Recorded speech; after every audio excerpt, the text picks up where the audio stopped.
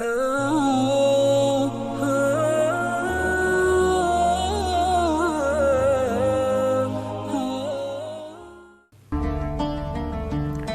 اللہ الرحمن الرحیم۔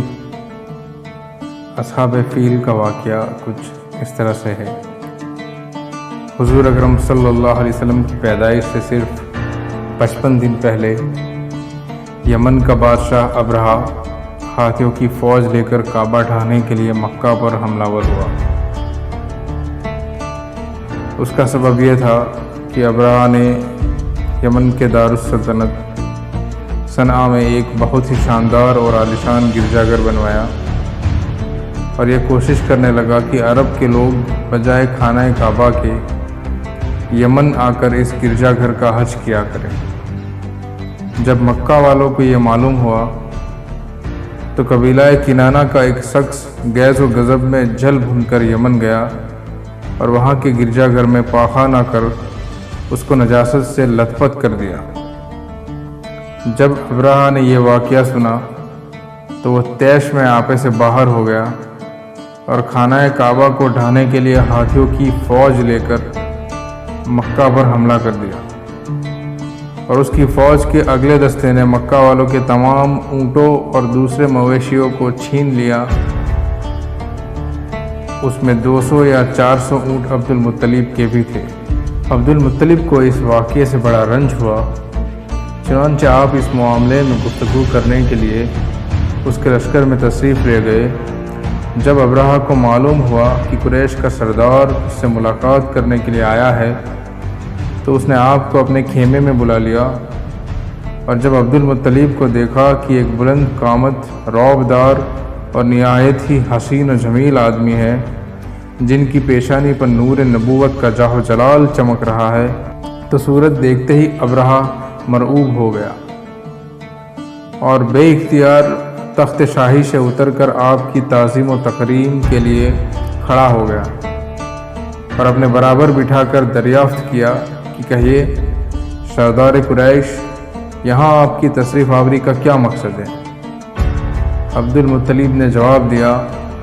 کہ ہمارے اونٹ اور بکریاں وغیرہ جو آپ کے لشکر کے سپاہی ہانک لائے ہیں،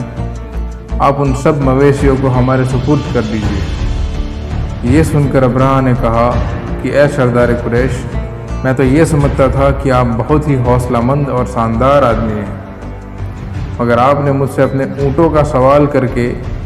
میری نظروں میں اپنا وقار کم کر دیا۔ اونٹ اور بکری کی حقیقت ہی کیا ہے؟ میں تو آپ کے کعبے کو توڑ پھوڑ کر برباد کرنے کے لیے آیا ہوں۔ آپ نے اس کے بارے میں کوئی گفتگو نہ کی۔ عبد المطلب نے صرف اتنا کہا کہ مجھے تو اپنے اونٹوں سے مطلب ہے، کعبہ میرا گھر نہیں ہے بلکہ وہ خدا کا گھر ہے، وہ خود اپنے گھر کو بچا لے گا، مجھے کعبے کی ذرا بھی فکر نہیں ہے۔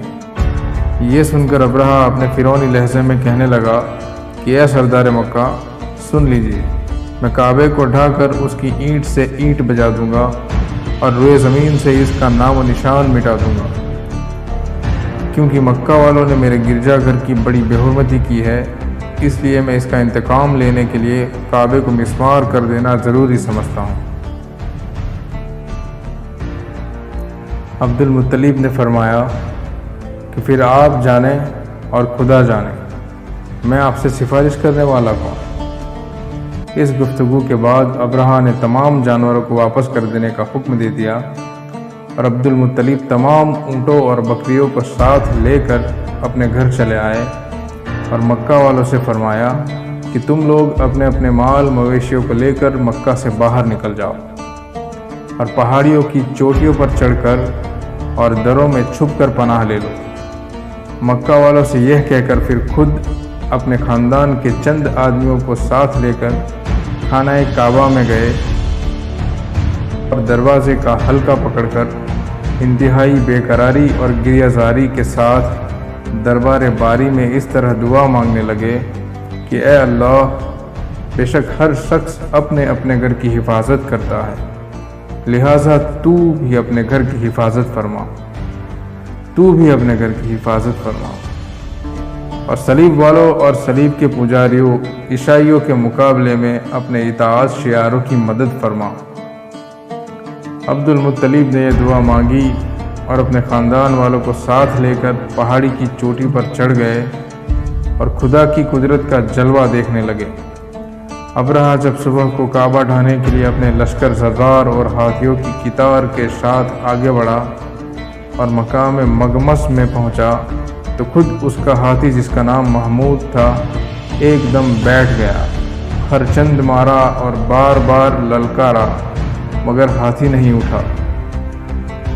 اسی حال میں قہر الہی ابابیلوں کی شکل میں نمودار ہوا اور ننھے ننھے پرندے جھنڈ کے جھنڈ، جن کی چونچ اور پنجوں میں تین تین کنکریاں تھیں، سمندر کی جانب سے حرم کعبہ کی طرف آنے لگے۔ ابابیلوں کے ان دل بادل لشکروں نے ابرہہ کی فوجوں پر اس زور شور سے سنگ باری شروع کر دی کہ آن کی آن میں ابرہہ کے لشکر اور اس کے ہاتھیوں کے پرکچھے اڑ گئے۔ ابابیلوں کی سنگ باری خداوند قہار و جبار کے قہر و غضب کی ایسی مار تھی کہ جب کوئی کنکری کسی فیل سوار کے سر پر پڑتی تھی تو وہ اس آدمی کے بدن کو چھیدتی ہوئی ہاتھی کے بدن سے پار ہو جاتی تھی۔ ابرہہ کی فوج کا ایک آدمی بھی زندہ نہیں بچا اور سب کے سب ابرہہ اور اس کے ہاتھیوں سمیت اس طرح ہلاک و برباد ہو گئے کہ ان کے جسموں کی بوٹیاں ٹکڑے ٹکڑے ہو کر زمین پر بکھر گئی۔ چنانچہ قرآن مجید کی سورہ فیل میں خداوند قدوس نے اس واقعے کا ذکر کرتے ہوئے ارشاد فرمایا: أَلَمْ تَرَ كَيْفَ فَعَلَ رَبُّكَ بِأَصْحَابِ الْفِيلِ أَلَمْ يَزَلْ كَيْدُهُمْ فِي تَضْلِيلٍ وَأَرْسَلَ عَلَيْهِمْ طَيْرًا أَبَابِيلَ تَرْمِيهِمْ بِحِجَارَةٍ مِّن سِجِّيلٍ فَجَعَلَهُمْ كَعَصْفٍ مَّأْكُولٍ، یعنی اے محبوب، کیا آپ نے نہ دیکھا کہ آپ کے رب نے ان ہاتھی والوں کا کیا حال کر ڈالا؟ کیا ان کے داؤ کو تباہی میں نہ ڈالا اور ان پر پرندوں کی ٹکڑیاں بھیجی تاکہ انہیں کنکر کے پتھروں سے مارے تو انہیں چبائے ہوئے بھوس جیسا بنا ڈالا۔ جب ابرہہ اور اس کے لشکروں کا یہ انجام ہوا تو عبد المطلب پہاڑ سے نیچے اترے اور خدا کا شکر ادا کیا۔ ان کی اس کرامت کا دور دور تک چرچا ہو گیا اور تمام اہل عرب ان کو ایک خدا رشیدہ بزرگ کی حیثیت سے قابل احترام سمجھنے لگے۔ واللہ اعلم بالصواب۔